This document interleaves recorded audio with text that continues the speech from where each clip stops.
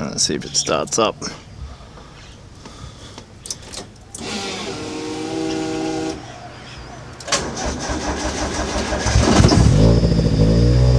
Nice.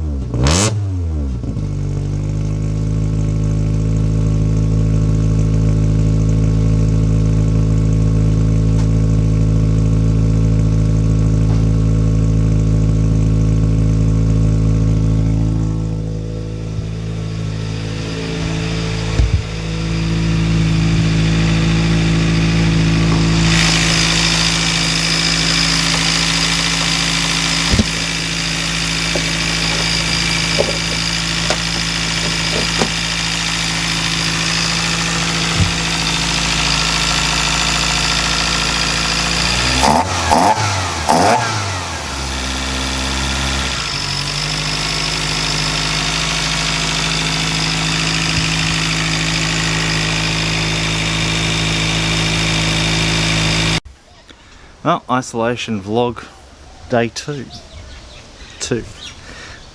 This thing.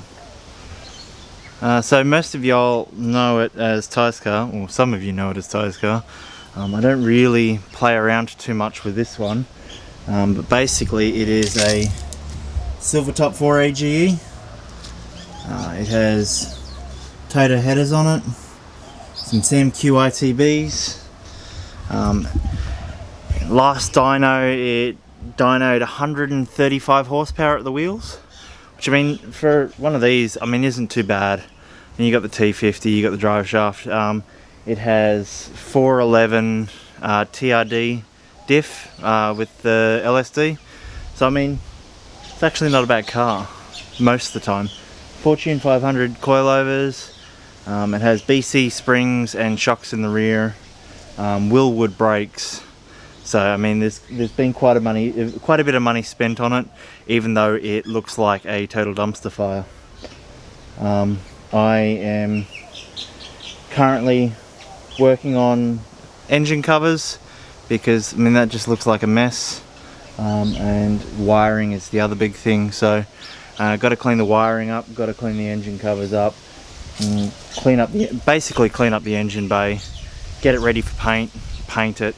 And then it'll get registered and become more of a street car. So another problem with this car is that the brake master there, I'm pretty sure, is leaking. So we thought it was a brake booster problem at first. So I changed the brake booster over from another one, and then when I pulled it out, like there was a leak going in towards the booster of the fluid. So I think the seal at the back of it's stuffed, so when you go to press on the brakes, it doesn't feel like it's doing very much. Another thing that was just noticed the last time it was run is that fuel hose is leaking, so I probably have to replace that fuel hose. I want to rerun the whole fuel thing anyway, because the fuel filter is sitting all the way up at the front here, so it comes all the way from down the back there all the way up the front and then round and then up into there. So if I can make that shorter, make it cleaner, clean up that engine bay a bit, that'd be nice. And yeah, just like that's the igniter there, and that's the ignition module there, and just a few. It's just a mess. So I want to try and get like just one lot of wiring, clean up all of this stuff, put it all in sheath, clean up all the wiring, and fingers crossed. It'll look a lot better, and then chuck the engine covers on it. But I got to pull all of that out, put the engine covers on the front, cut a hole. So I got to get a hole bit, drill it into the thing, and then I can mount this through the hole. and it's just, yeah.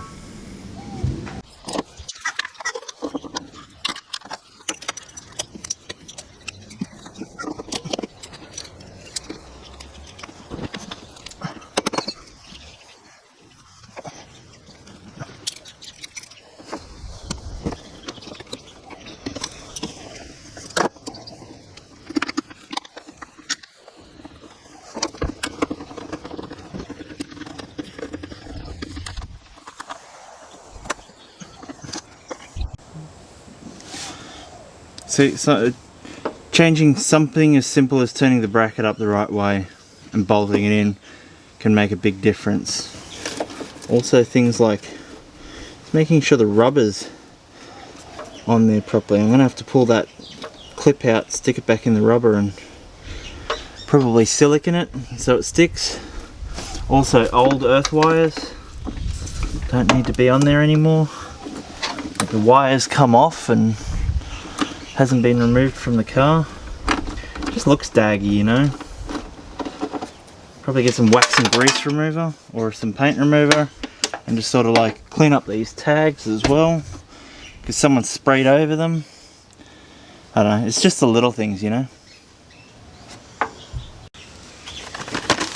Now I'm sure someone's going to be like, ah, he's wearing bitch mitts, but honestly, fuck silicone, fuck diff oil too.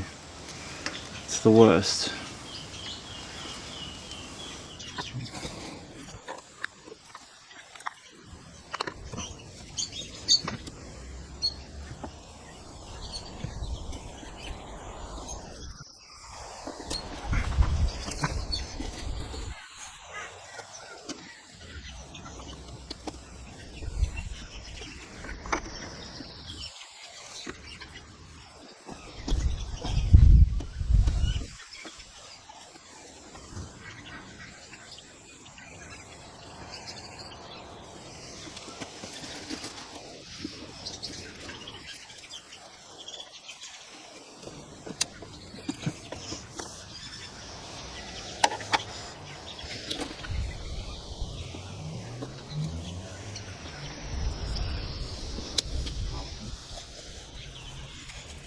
Need a few more fine adjustments, but we'll let that sit for a while and see what we think of it later.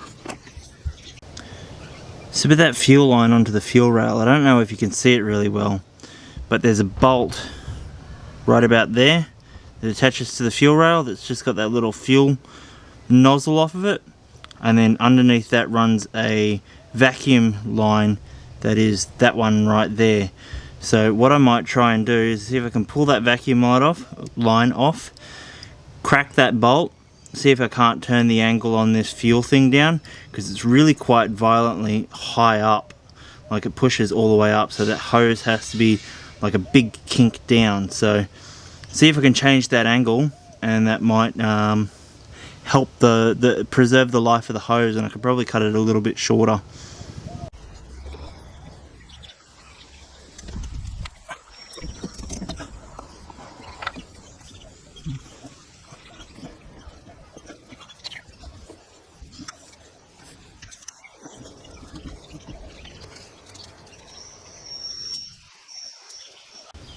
So my camera cut out right as I was filming, so I lost a bit of footage. However, so you can see that there, then it's the vacuum line going over the top of the fuel line, and I was able to cut out a big piece of fuel line there. So the dead bit that was hanging around is now gone.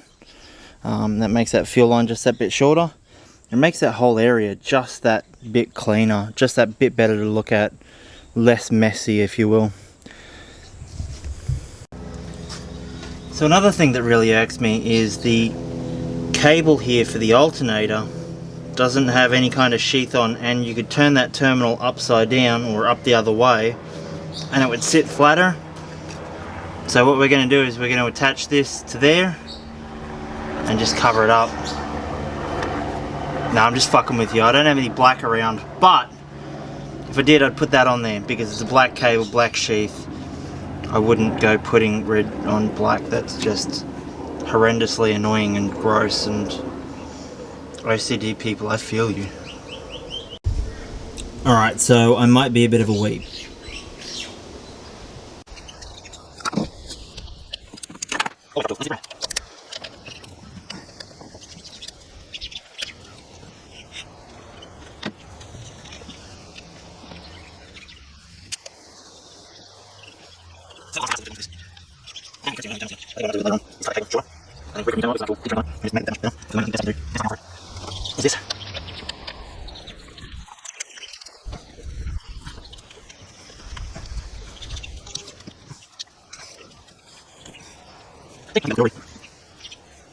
Right, so another thing that really irks me, and I'm partially to blame for this one, is the thermofan wiring. Unsheathed, zip tied to the car. One cable runs to here, the other one runs to the wiper accessory. I'm responsible for the power cable. So once upon a time, this little thin one, I ran it all the way, made sure it worked on accessories, so when you turn the key it comes on. I mean, that's not ideal, but you know, no thermostat in the car, so there's no legitimate way to sort of do it unless you do it on a switch, and then it comes down to remembering. And I mean, I've seen multiple cars get stuffed up because people don't remember to turn their thermos on. So what I did is I set it to accessories, and then this cable here I had an earth and I had it to the body, and then I ran the cables out a different way, and it just, I mean, it wasn't pretty either, but it was, in my defense, it was about 7 years ago when I did it. However, he went and added a thicker, I don't know why thicker, but thicker for an earth wire, ran it to the negative terminal on the battery, and just left this one here. So they got two different crimps on it. So two different sets of crimps, two different size cables, none of it's sheathed. What I'm going to have to do is get new cable, so new power cable all the way down. I'm going to follow this thing, so you got a wiring loom that comes out the passenger side there, under the wheel arch, comes in here, which is where the wire currently follows. But then I'm going to follow the factory wiring loom from in that corner there up through this sheath down to this side, and then back into this plug. So this plug's going to sit underneath the thing there, and then I'm going to run the negative cable to there, except I'm going to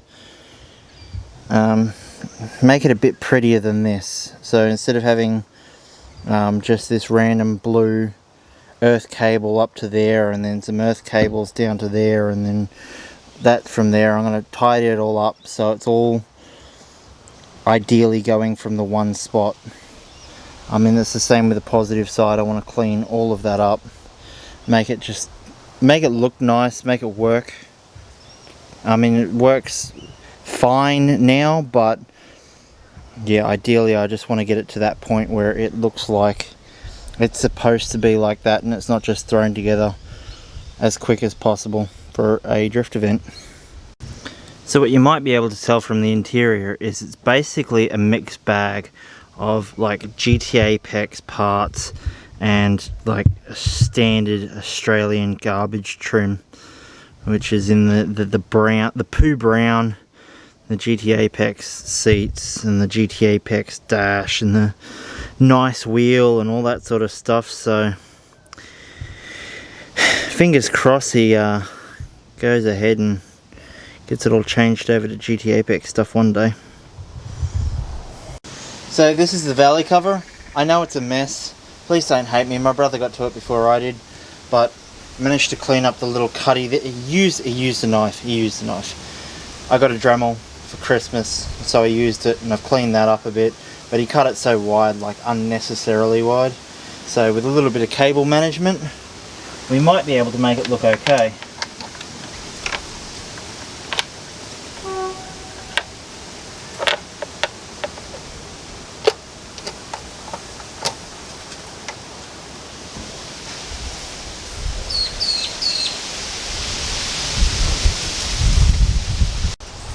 So this is the front piece. So the idea is we get that, center it, cut a hole, it sits over the front of it. However, this one isn't quite big enough, So what I may end up doing is either going and buying a bigger piece, or I will go and just drill the hole in the center of it and then just Dremel it out. Like, I'll measure up what I need to cut and then I'll Dremel it out and then I'll attach it. Hopefully that should make the motor look a lot more acceptable, even though the paint needs to be done. So the other thing to do then is to clean it up and give it a paint. It started spitting, so I packed everything up. It's gone away. Dry as a bone. Damn you, weather. Why? Just why? Why? Why do this to me? Just another thing I'd like to point out, Ty, if you're watching this. This headlight has to be changed now, buddy. All the reflectiveness is like weathered away, so it's kind of fucked. You know, people always say GTR bonnets are light. However, nobody ever really prepares you for just how light they are. Like, I had a normal GTS T1 that I cut the center out of and filled with fiberglass panel. I'd cut the supports and everything like that out, and it was still probably 2 or 3 times the weight of this one. Even fiberglass, it's about the same weight as fiberglass, or it feels like it anyway. It's just bullshit light. Look at old abandoned here. Bonnet hasn't been opened in weeks, hasn't been started in days. By days I mean probably weeks. Also a mess. Also another car I want to clean up. Also still have to install the flex sensor so I can go ae86. Once I go ae86, I'll try and run a bigger gate too while I'm at it.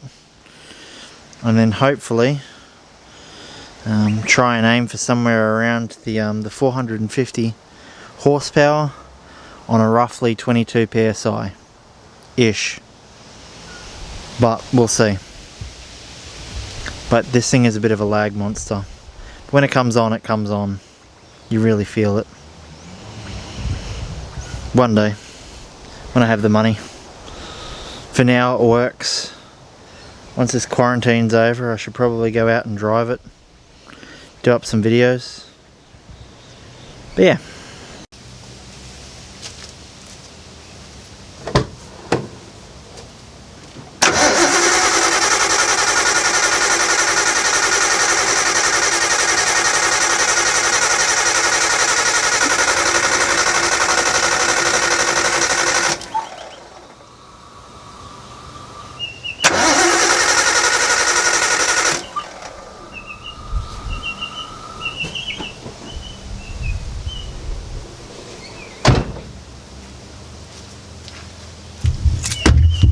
So not so fun fact about this car.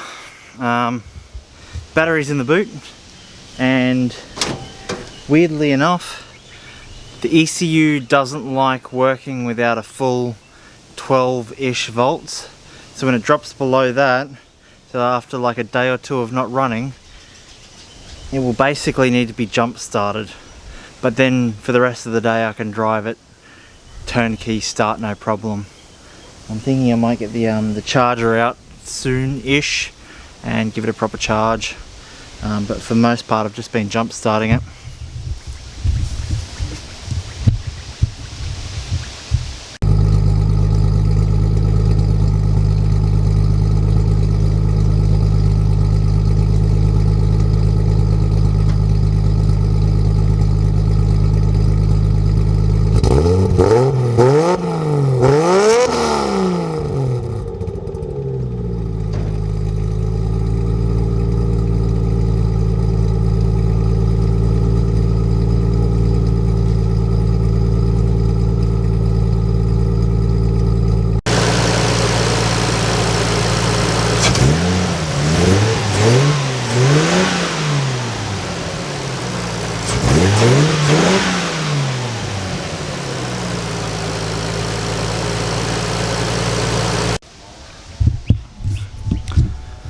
Well, that does me for the day. I'm going to go upstairs and I'm going to go put this together. So Peace. Thanks for joining. See you next time.